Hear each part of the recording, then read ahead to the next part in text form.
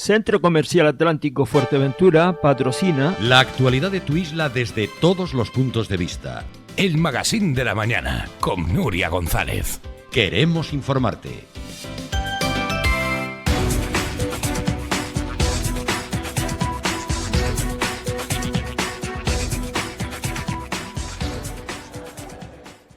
Cinco minutos para las 2 de la tarde. Seguimos en este hall del Parlamento de Canarias y seguimos recibiendo invitados protagonistas. Jessica de León, consejera de Turismo, pero también de Empleo, en una mañana en la que hemos hablado mucho de esos datos positivos en el conjunto del archipiélago en cuanto al número de altas de autónomos, concretamente en el último año, y las interpretaciones que ha habido por parte de los diferentes portavoces. Concretamente, en este caso, el diputado Fernando Enseñat, que ha valorado cómo esa propuesta de campaña, esa cuota cero, también ha promovido que muchas personas hayan decidido quizá cumplir su sueño o trabajar por cuenta propia. Lo digo porque normalmente hablamos mucho de turismo y de todos los planes que hay en marcha, pero quizá no le dedicamos el mismo espacio a ese área que probablemente sea una de las más complejas. Buenos días, consejera. Muy buenos días.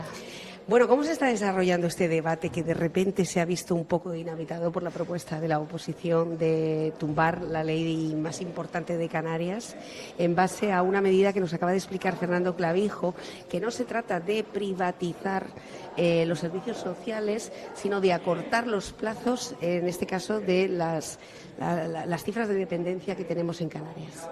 Yo creo que la oposición siempre hace su trabajo, ¿no? En materia de presupuesto, siempre da igual quién gobierna, ¿no? Vemos a una oposición que denuncia el rodillo y cuando gobierna la siguiente, y así van intercambiando papeles, y no es distinto en este presupuesto. Ya lo vivimos en el anterior y en el anterior y en el anterior.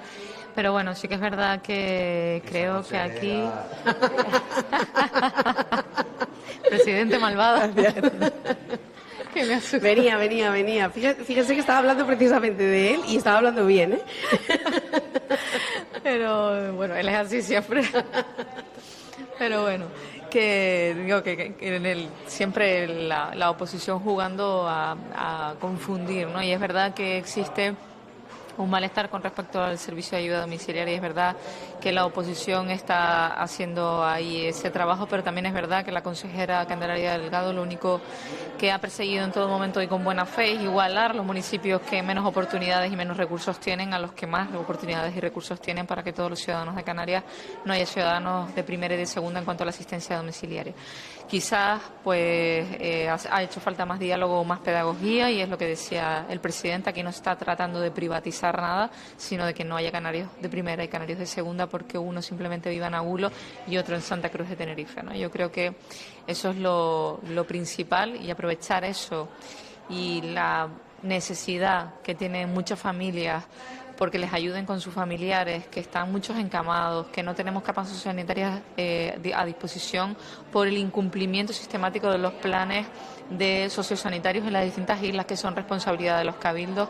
Creo que flaco favor le hacemos. Máxime cuando el Partido Socialista, que hoy se sienta aquí a decir eso, es, por ejemplo, el responsable de las camas sociosanitarias en la isla de Fuerteventura, ¿no? Por tanto, bueno, creo que ese doble discurso es el de siempre, y creo que se juega y se retuerce siempre el dolor de las familias, la necesidad de estas familias para llegar a estos enfrentamientos que causan el efecto que ellos quieren en las familias, porque al final la familia lo único que quiere es una solución.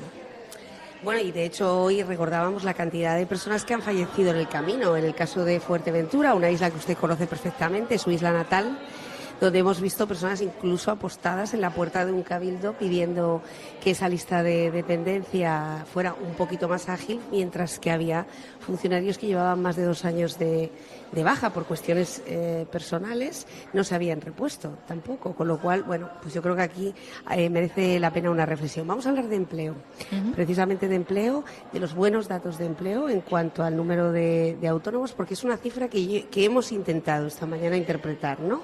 Responde a que no quiero volver a trabajar para nadie porque quiero efectivamente alcanzar mi sueño. Responde a cómo está la situación del mercado laboral, responde a las facilidades que existen ahora mismo en Canarias. Usted, que además es muy de analizar los datos, en este caso seguramente tiene una interpretación. Bueno, yo creo que es un cúmulo de factores y todos los que he mencionado son importantes. Hay mucha gente que tiene ganas de emprender en Canarias y que confía en Canarias. Hay mucha gente que emprende en Canarias al calor de la pujanza de nuestro principal sector económico, que es el turismo. Hay mucha gente que emprende en Canarias para hacer una actividad complementaria a la industria turística. Hay mucha gente que está viendo que el apoyo al autónomo se está traduciendo en medidas como la tarifa plana, la cuota cero, la tarifa plana que empieza a decaer en detrimento o a favor, en este caso, de la cuota cero. Y estamos viendo cómo por primera vez en Canarias tenemos más de 144.000 autónomos y además se invierte un presupuesto récord, más de 18 millones de euros. Nunca antes se había invertido tanto. Incluso esta mañana había aprobado una ampliación de crédito para autónomos en Canarias para que podemos llegar hasta final de año a 20 millones de euros invertidos únicamente en apoyar esa cuota de autónomos. Es verdad que hay otras cuestiones en las que tenemos que mejorar. Los autónomos tienen derecho a conciliar. Los autónomos piensan también en algún momento en contratar, por tanto tenemos que dar esa facilidad. Seguramente el vicepresidente les puede contar ese proyecto que ya ha anunciado en sede parlamentaria de más 1,52, que es ese primer trabajador que quiera contratar el autónomo que tenga más de 52 años, bonificar la cuota de la Seguridad Social, y unimos dos necesidades que tiene el archipiélago. Por un lado, ayudamos al autónomo a que crezca su empresa. Por otro lado, además, ayudamos al colectivo mayor de 52 años que en esta situación se encuentra como parado de larga duración, que hay más de 75.000 en Canarias y que conforma aproximadamente el 55% de los parados de esta comunidad. Con lo cual, unimos además eso y el acompañamiento a las empresas, teniendo en cuenta que las empresas de entre 1 y 5 trabajadores tienen un periodo medio de vida entre 3 y 5 años. Por tanto, también hay un proyecto de acompañamiento a los autónomos durante toda su vida a través de las cámaras de comercio, que también está impulsando el vicepresidente, y creo que hay que creer en aquel que emprende en Canarias. Y para creer hay mucho más que poner el presupuesto y que se enteren por el BOP, sino que hay que emprender toda una serie de ayudas desde la Administración y que todos rememos a favor del que emprende en Canarias, porque en definitiva cuando se habla siempre de todos los sectores, ¿no? Pero voy a hablar del que me toca a mí, la industria turística. Siempre hablamos de un 3% de la industria y no del 97%. Y el 97% la conforman bares, restaurantes, empresas de ocio turístico que tienen entre 1 y 5 trabajadores, que desaparecen entre 3 y 5 años, y eso es donde ahí tenemos que poner el pie, y que eso es lo que nos ayuda a diversificar la economía en Canarias, porque hay muchas que están apostando por el producto local, por tanto tiran del sector primario, tiran del comercio, tiran de la artesanía, de sectores que podrían emplear en mejores condiciones, y eso es lo que tenemos que tener muy presente. Por ejemplo, las empresas de turismo activo, que se le abra esa formación y que puedan hacer carrera y que puedan acceder titulados superiores en grados de historia, en grados de biología, que puedan explicar los mares, que puedan explicar la geología, para que si el turista además genere conciencia y sepa lo que está visitando, que es algo en lo que tenemos un hándicap importante, y en eso es lo que yo creo que hay que apoyar a la empresa. Bueno, hemos visto proyectos, por cierto, esta semana, hablando de mejoras, como esa senda peatonal, esos muros de piedra, esas zonas de la Vega de Río Palmas, que va a contar con un presupuesto precisamente del área de Jessica de León, algo más de 330.000 euros, un grado o un plazo de ejecución de 1 año. Teníamos ayer todos los datos con Enrique Cerdeña, que de nuevo agradecía a Jessica de León esa escucha. Yo aquí lo que veo, aparte de un cuidado a nuestras tradiciones, también a nuestra arquitectura, etcétera, es que donde hay un proyecto, pues puede haber un visto bueno, una luz verde. Donde no hay proyectos, la consejería no puede inventarlos, ¿no? Seguimos siendo una isla que presenta pocos proyectos en las áreas de comercio, en las áreas de turismo, de infraestructura turística, en áreas relacionadas, pues por ejemplo eso, con mejoras de empleo. Bueno, yo creo que más que falta de proyectos, a lo mejor lo que hay es miedo a que se pueda colaborar con la Consejería de Turismo porque pueda ser una rival política en el año 2027. Y yo creo que esto no beneficia a nadie en Fuerteventura, y desde luego es una visión cortoplacista de lo que es. Yo, con todos aquellos alcaldes que quieren presentar proyectos y que los tienen, hasta ahora han obtenido el visto bueno de la Consejería siempre que se hable de proyectos de infraestructura turística, porque claro, no puede asumir la red de abastecimiento de agua voy a poner al azar, de Agua de Bueyes, porque no es mi competencia, es competencia de aguas, ¿no? Pero todos aquellos que han presentado un proyecto en tiempo y forma y que cuentan con los permisos, con la licencia, aquellos que incluso han solicitado prórrogas porque se les ha vencido los plazos, siempre hemos intentado adaptarnos a todo lo que nos han pedido los 6 alcaldes de la isla de Fuerteventura, ¿no? En estos momentos estamos ejecutando 12 actuaciones en la isla de Fuerteventura y planes de sostenibilidad turística por valor de 17 millones de euros desde el área de turismo. Y además estamos implementando acciones de formación por valor de 3 millones de euros en la isla de Fuerteventura y se han llevado a cabo colaboraciones y patrocinios por más de cerca de 1,5 millones de euros con distintas asociaciones y empresas privadas del sector del ocio, del sector de la cultura, de distintos sectores, eventos deportivos. Con lo cual creo que la contribución de la Consejería de Turismo, silenciosa, está siendo más que buena para la isla de Fuerteventura. Hay que medirla así, pero me gustaría ser más. Me gustaría que fuera más, me gustaría que hiciesen uso de todos esos fondos que tenemos a disposición por parte de la Consejería. El año que viene 1,5 millones más 1 millón para planes de accesibilidad para los municipios turísticos fundamentalmente, más otro 1,5 millones en concepto de elaboración de proyectos si es que el problema es la redacción del proyecto. Por tanto, yo siempre estoy abierta y el director general no para de pedirle a los ayuntamientos que presenten proyectos que tengan que ver con infraestructuras turísticas. Betancuria es el perfecto ejemplo.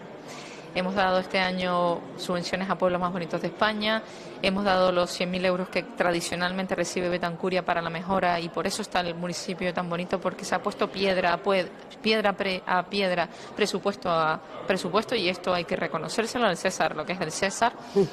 Y todavía hoy, a pesar de ser tan pequeñitos, de tener esos 700 habitantes y apenas ese 1.600.000, siguen presentando proyectos y ejecutándolos, porque no se pasan ni un solo día en su plazo de ejecución, nunca piden prórroga, y yo creo que esto es una labor que hay que alabar del municipio más pequeñito de la isla. Con menos de empleados en la administración. Y con menos empleados por parte de la administración. Tiene un equipo técnico muy joven con el que tuve la oportunidad de reunirme, que tienen proyectos ilusionantes para La Vega, para Betancuria, y yo simplemente pues agradecer a Enrique. Ayer hablaba con él porque lo escuché en esta radio y le mandé un mensajito para agradecérselo, porque es un placer trabajar así, la verdad.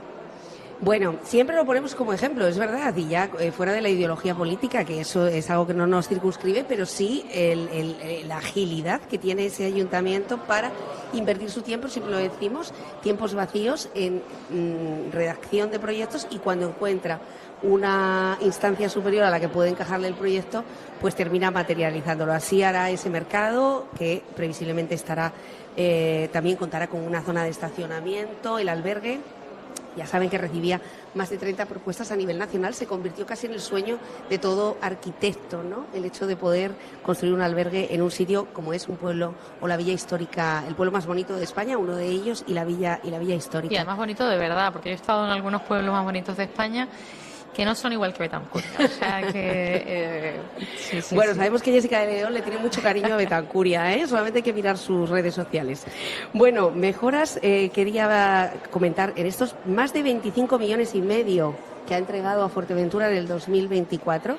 Cuando hablamos de 12 actuaciones en Fuerteventura en materia de infraestructuras turísticas, ¿a qué nos estamos refiriendo?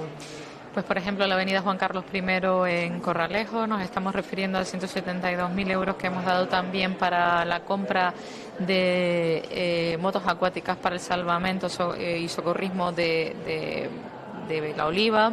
Hemos dado estas subvenciones a Betancuria, pueblo más bonito de España. Hemos dado esos patrocinios a eventos tan importantes como el Paladea o la propia carpa de noche que el promotor se presentó.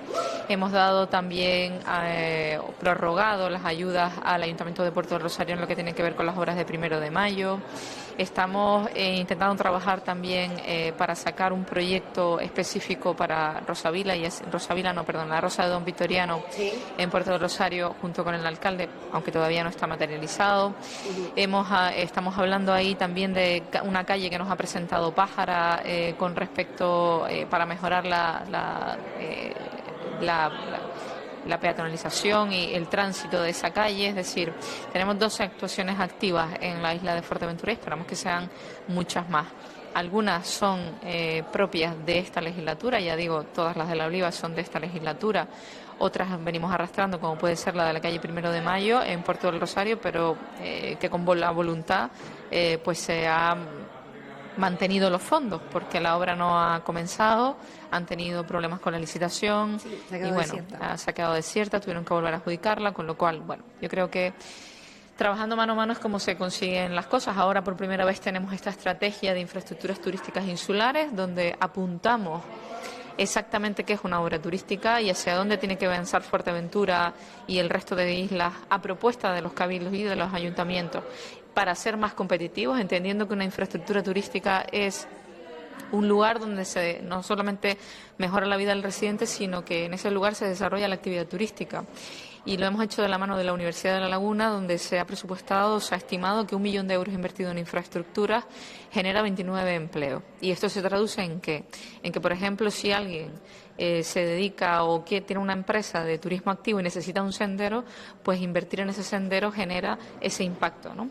Invertir en una pista para hacer parapente genera que una empresa pueda hacer parapente. Si no tenemos las instalaciones y no tenemos las infraestructuras, difícilmente podrá haber una actividad económica vinculada a eso. Eso lo traducimos también a la inversión en playas, en accesibilidad, en, por ejemplo, todas esas pasarelas que hoy está ejecutando el Cabildo y que yo como consejera dejamos planificados dentro del Plan de Sostenibilidad Turística en Destino, con esos 3,3 millones de euros destinados a playas, donde necesitamos que existan esas infraestructuras porque son nuestro principal valor añadido al destino, que es de sol y playa fundamentalmente, ¿no? Entonces, bueno, pues por ahí es por donde hemos enfocado la profesionalización para crecer en segmentos de calidad donde generen valor al destino y en definitiva podamos desarrollar más empresas para Fuerteventura. Creo recordar de memoria que se han activado 4 de los 5 ejes que tienen que ver con digitalización, que tienen que ver con sostenibilidad, que tienen que ver con accesibilidad y que tienen que ver con movilidad, asociados a senderos, asociados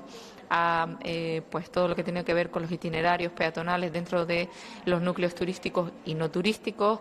Es decir, pues el Cabildo ha sabido identificar hacia dónde quiere dirigir las infraestructuras y nosotros ahí, pues cuando abramos ese 1,5 millones suplementado con lo que nos venga de Fondo FEDER, 15 millones y la supuesta agenda Canarias, que el señor Pedro Sánchez debería ya de transferir a Canarias los 15 millones de euros comprometidos para infraestructura turística, pues poder repartirlos entre los cabildos en aquellas líneas en las que han trabajado con la Dirección General de Infraestructura. Bueno, estamos hablando de sostenibilidad, al fin y al cabo, ¿no? Estamos hablando de un modelo de desarrollo turístico que es el que se ha puesto en marcha desde que usted está al frente de esta consejería. Hablar de sostenibilidad a veces es una palabra a veces tan manida y tan pisoteada y que queda tan bien en tantos discursos políticos. La cuestión es llevarla a cabo. Efectivamente, el ejemplo del parapente me ha parecido un ejemplo que todo el mundo puede entender. Si no tenemos determinadas infraestructuras, no vamos a tener determinados inversores, nunca, ¿no? Exactamente, y lo mismo pasa con los campings y acampadas. Si no tenemos un decreto de estándares, pues difícilmente vamos a tener seguridad jurídica para que venga alguien a crear ese producto en nuestras islas tan ansiado, ¿no? Si no tenemos respuesta en la ordenación del territorio, difícilmente habrá seguridad jurídica para que ese segmento se desarrolle potencialmente sin que nos sentamos invadidos en ciertas zonas o que veamos imprudencias en ciertos parques naturales o espacios con un valor natural a proteger. Por tanto, yo creo que eso es lo que hay que mimar y proteger y fomentar, ¿no? Y pasar de los discursos a la acción. Yo cuando llegué a la consejería había un plan de acción por el clima del que pivotaba solamente Promotur. Y aquí lo que había era que alinear todos los ejes de la consejería para que todo el mundo hablara, desde la promoción hasta la Dirección de Infraestructuras Turísticas y el bloque normativo, se alinearan en torno a una misma idea y efectivamente el eje central sea la sostenibilidad bien entendida, económica, social y por supuesto también irrenunciable la ambiental. Creo que con el bloque normativo lo hemos apuntado de maravilla y hemos sido inflexibles sobre aquello que muchas veces nos han machaconamente nos han acusado de no querer sentarnos a la mesa, de exterminar no sé cuánto, pero aquí lo que estamos hablando es del equilibrio de una isla, del equilibrio entre el residente y el que nos visita, y ese equilibrio es sagrado, y ese equilibrio pasa por la sostenibilidad, insisto, económica, ambiental y social. También lo implementamos para las infraestructuras. No queremos nuevas infraestructuras ni más cemento, si es que tenemos infraestructuras turísticas obsoletas que tenemos la obligación de restaurar y poner en el mercado. Pienso en la reivindicación que han hecho los empresarios del Castillo, por ejemplo, en los últimos meses sobre las distintas infraestructuras turísticas, y basta con visitar algunas zonas de la isla de Fuerteventura donde deberíamos o pudiéramos actuar sobre una transformación integral del litoral. Creo que el Cabildo ha presentado un plan de embellecimiento, cosa con la que no puedo estar más de acuerdo, ¿no? Pues por ahí yo creo que hay que alinear todo lo que tiene que ver con las infraestructuras turísticas y también, por supuesto, la promoción. Hemos iniciado una campaña a nivel nacional que era Islas no aptas para todos los públicos, que continuamos con Welcome Tourist, redefiniendo esa palabra turista, que básicamente lo que viene a hacer es presentar al destino turístico de Islas Canarias como un destino de sol y playa, pero que tiene mucho más, y ese mucho más, incluyendo la playa, incluyendo nuestras condiciones climáticas, hay que protegerlo como si fuésemos un canario más, consumiendo local, respetando el entorno, respetando los senderos, etcétera, etcétera, ¿no? Yo creo que eso también ha cambiado, eso se ha asumido. El concepto de ciudadanía es uno de los conceptos más importantes y que se lleva el 45% de la acción promocional de Promotur para poner al ciudadano en el centro de la política turística. Y esto creo que nunca había pasado, por eso digo que a veces la palabra sostenibilidad empieza a ser muy manida y nosotros hablamos ya de turismo regenerativo, de regenerar entornos que ya hoy están degradados, regenerar y poner en valor entornos que están sufriendo degradación por presión turística, cerrarlos, medir la capacidad de carga, cobrar por acceder, implementación de taxas. Eso es lo que estamos defendiendo desde el Gobierno. Desde luego aquí pues tienen una aliada. Bueno, no sé si se ha hablado más allá del principio sobre la conferencia de presidentes, porque aquí estamos hablando de poner al ciudadano en el centro de la política turística, fíjense, un 45% de los fondos, pero nosotros tenemos un cinturón, un contexto, que es la migración, con la que tenemos que coexistir en cuanto a recursos, etcétera, etcétera. Sí me gustaría conocer su valoración sobre esta puesta en escena, no podemos llamarle de otra manera, puesto que no ha sido nada fructífera. No se han dado unas reuniones sectoriales con rigor para abordar temas de vivienda, temas de migración, temas de infraestructuras, temas de a lo que nos adentramos con este cambio climático, sino que se ha lanzado a los presidentes, se ha lanzado a 17 presidentes a que tengan sus 10 minutos de oro, en este caso. Ni uno más. Ni uno más, efectivamente.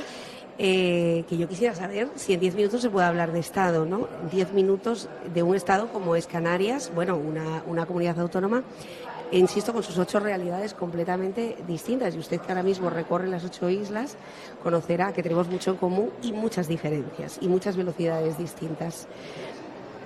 ¿Cómo vamos a afrontar el año 2025 con una presión demográfica que existe? Existe una presión demográfica en las islas, una presión turística, puesto que Canarias ya es un producto confiable, querido, tenemos una lealtad en los turistas y otros que se suman, una migración que no para, 6.000 menores, cayucos, pateras, falta de recursos. Llevamos un año, ¿no? 12 meses intentando que el resto de las comunidades autónomas entiendan que esta es nuestra realidad. Y aquí, pues, si no es nadando, no se puede escapar de ella. O con un vinter, o con un avión, o con una naviera. ¿Cómo va esta conferencia? Primero, hay varias cosas que me gustaría que los majoreros y los que nos estén escuchando, porque creo que ustedes también se escuchan en Lanzarote, no porque haya majoreros y otras especies al otro lado, ¿no? Para mí majorero es todo el que vive en Fuerteventura. Mi madre es una majorera sevillana, ¿no? Me refería a que como nos escuchan en Lanzarote. Bueno, primero la conferencia de presidentes. La conferencia de presidentes se convoca porque hay comunidades autónomas que han denunciado el incumplimiento del reglamento por parte del presidente Sánchez, porque tienen la obligación de convocarla una vez cada 6 meses y no se convocaba desde el año 2019, si no recuerdo mal.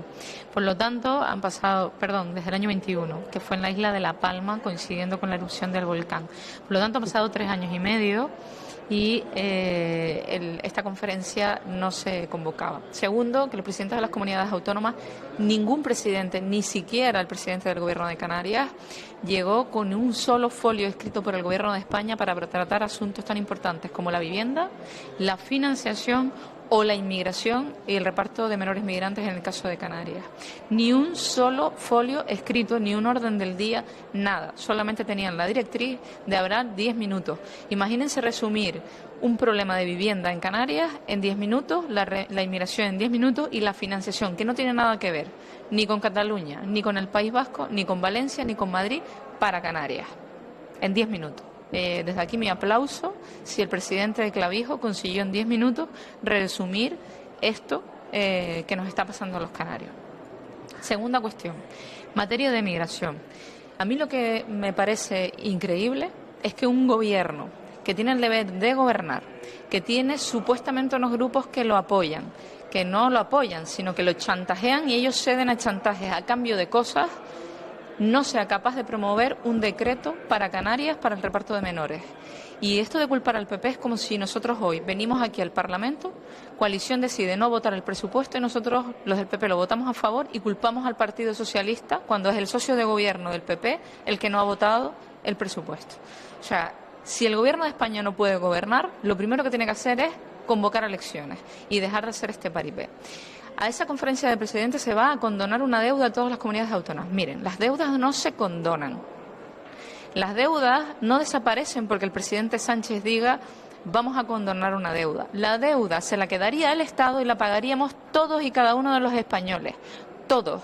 Y perdónenme, pero Canarias es la comunidad autónoma menos endeudada de este Estado español y yo no voy a pagar con mis impuestos las deudas de los catalanes, que se han divertido a costa de los canarios, que han abierto embajadas exteriores, que no han limitado el gasto y, por tanto, yo estoy rotundamente en contra de que se condone la deuda a comunidades autónomas que lo que han hecho sistemáticamente es saltarse el techo de gastos, saltarse la deuda y saltarse todas las condiciones del Estado porque tenían el parabién del presidente del Gobierno, en este caso Pedro Sánchez. Con lo cual no voy a pagar con mis impuestos o no deberíamos estar de acuerdo los canarios en sufragar la fiesta de los que mejor se lo han pasado. Porque aquí hemos hecho un ejercicio presupuestario rotundo y aquí también nos gustaría tener mejores hospitales, mejores gastos y todo eso que recaudamos de más porque tenemos un exceso de recaudación, poder revertirlo en nuestra ciudadanía, que es algo que llevamos pidiendo desde hace un año y es que nos dejen gastar porque somos la comunidad menos endeudada del Estado, porque respetamos la regla de gasto y porque respetamos el techo de gasto. Por tanto, si Canarias cumple, a Canarias que le dejen gastar su presupuesto en los canarios. Eso es lo que tenemos que hablar.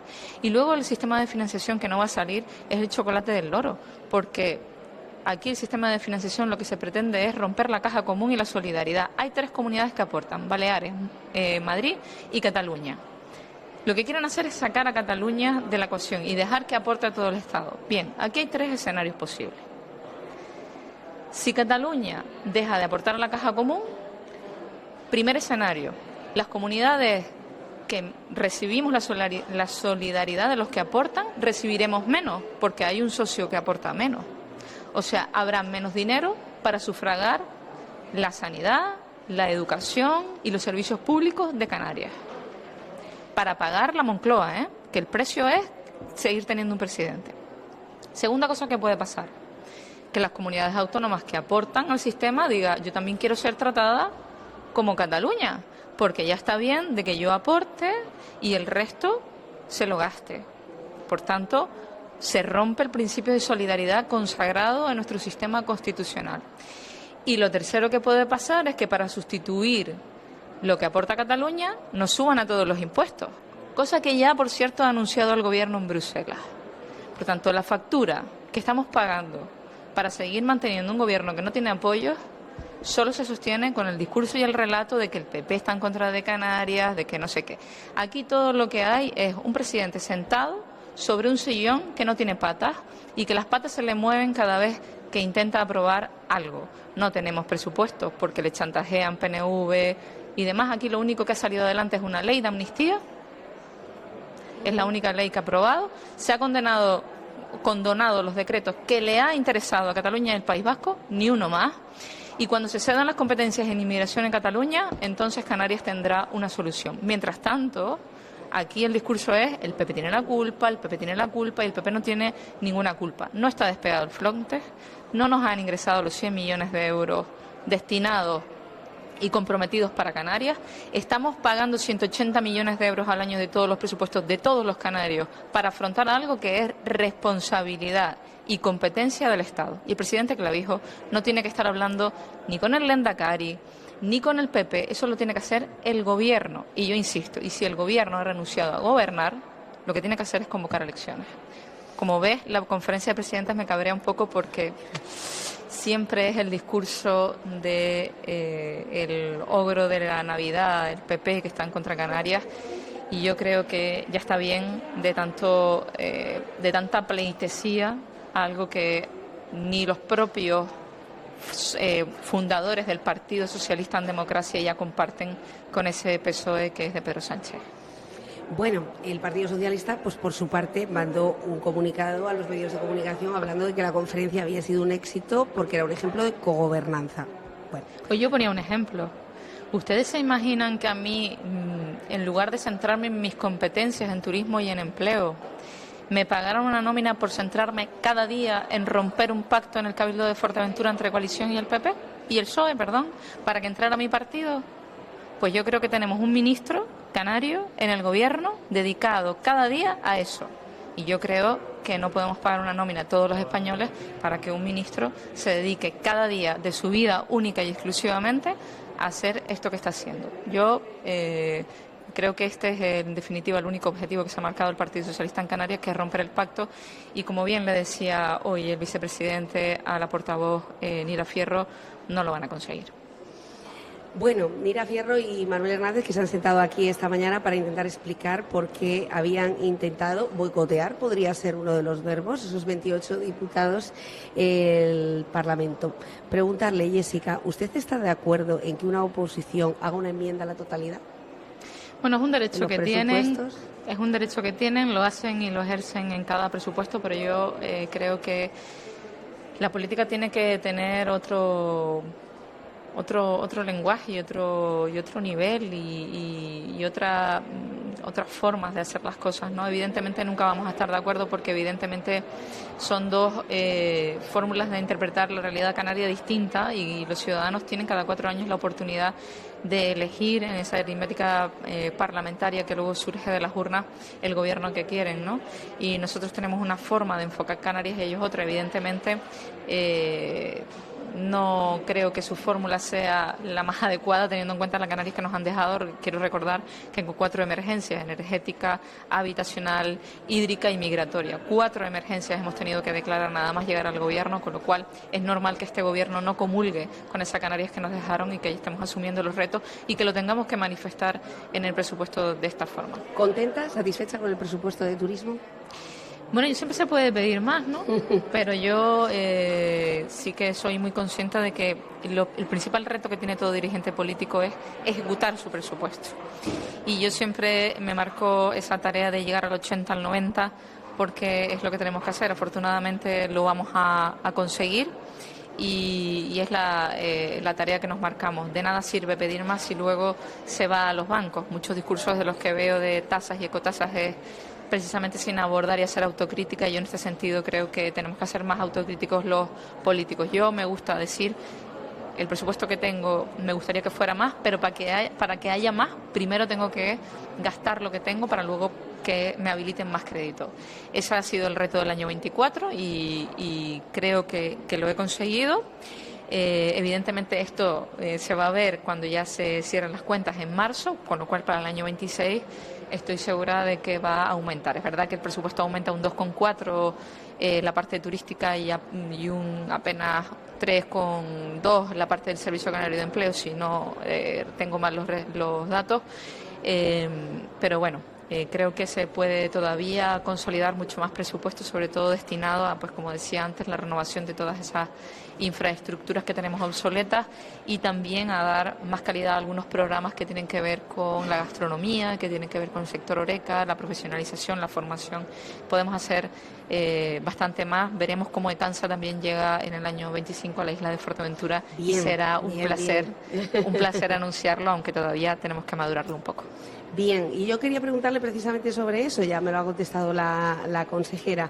Ella va a estar con nosotros el día 23, en la previa de Nochebuena, será en casa, en nuestros estudios. Allí hablaremos largo y tendido de otros temas a los que les hemos dado mucha cabida ya, como ha sido el alquiler vacacional y todo lo que empezará también en 2025. Quiero quedarme con esa buena noticia, con una escuela profesional, con una escuela con aspiraciones, con una escuela que está sirviendo de escaparate a nuestros cocineros canarios que están ahora mismo en grandes restaurantes muy laureados.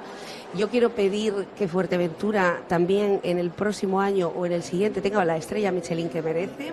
Ya la tiene Lanzarote, la tiene Gran Canaria, la tiene Tenerife. Y nosotros vamos a llegar, estoy segura de que vamos a llegar, pero para eso hace falta también una escuela, sin, por supuesto, menospreciar a las escuelas de Puerto del Rosario y de Pájara, las escuelas públicas, las escuelas de hostelería y turismo, pero hace falta una profesionalización porque no todos los alumnos pueden permitirse ir a una Cordon Bleu o a una escuela de un alto poder adquisitivo. Con lo cual, enhorabuena. Vamos a primero a desembarcarla con cursos profesionales presenciales para los que ya están trabajando en la hostelería. Lo hemos hecho como prueba piloto en La Gomera, donde se han ido los estrellas Michelin de Canarias a dar profesionalización. Yo creo que el trabajo que se estaba haciendo en Fuerteventura y que se está haciendo sobre conseguir masa crítica, que se hable de la gastronomía, ha hecho que Fuerteventura de repente, y lo notarán los usuarios, florezca, ¿no? Que cada vez haya más oferta gastronómica y de mejor calidad y que las cartas innoven y el que va a consumir de repente se encuentre con innovación en la gastronomía. Estábamos cansadas de la ensaladilla, la croqueta y el queso frito, que está muy bien. Que está muy bien, pero aparejado a eso, pues de repente nos encontramos explosiones de sabores, cocineros muy jóvenes que vienen empujando, que quieren emprender, que quieren decir Fuerteventura está aquí, y eso hay que empujarlo y creo que la mejor manera es también la formación. Entonces esas escuelitas de formación que hemos llevado a La Gomera, llevarlas también a la isla de Fuerteventura en el año 25. Bueno, pues estaremos allí para contarlo, ¿eh? Consejera, mucho ánimo para el 2025, mucha fuerza. Ha sido un año intenso. Sí. Intensísimo. Y lo estamos cerrando todavía, mira. Y todavía y todavía no ha acabado, eso es lo que estamos diciendo. Y todavía no ha acabado. Bueno, que nos vemos en casa. Buen trabajo. Gracias. Nosotros continuamos y lo vamos a hacer con Barragán de Coalición Canaria, que también se ha pasado por aquí a saludarla, aunque en este caso ella no lo ha sabido, la consejera. No me he dado cuenta, La quieren mucho los responsables de Coalición Canaria. Es la Canaria. forma de hacer de Barragán, de todas maneras, ¿no?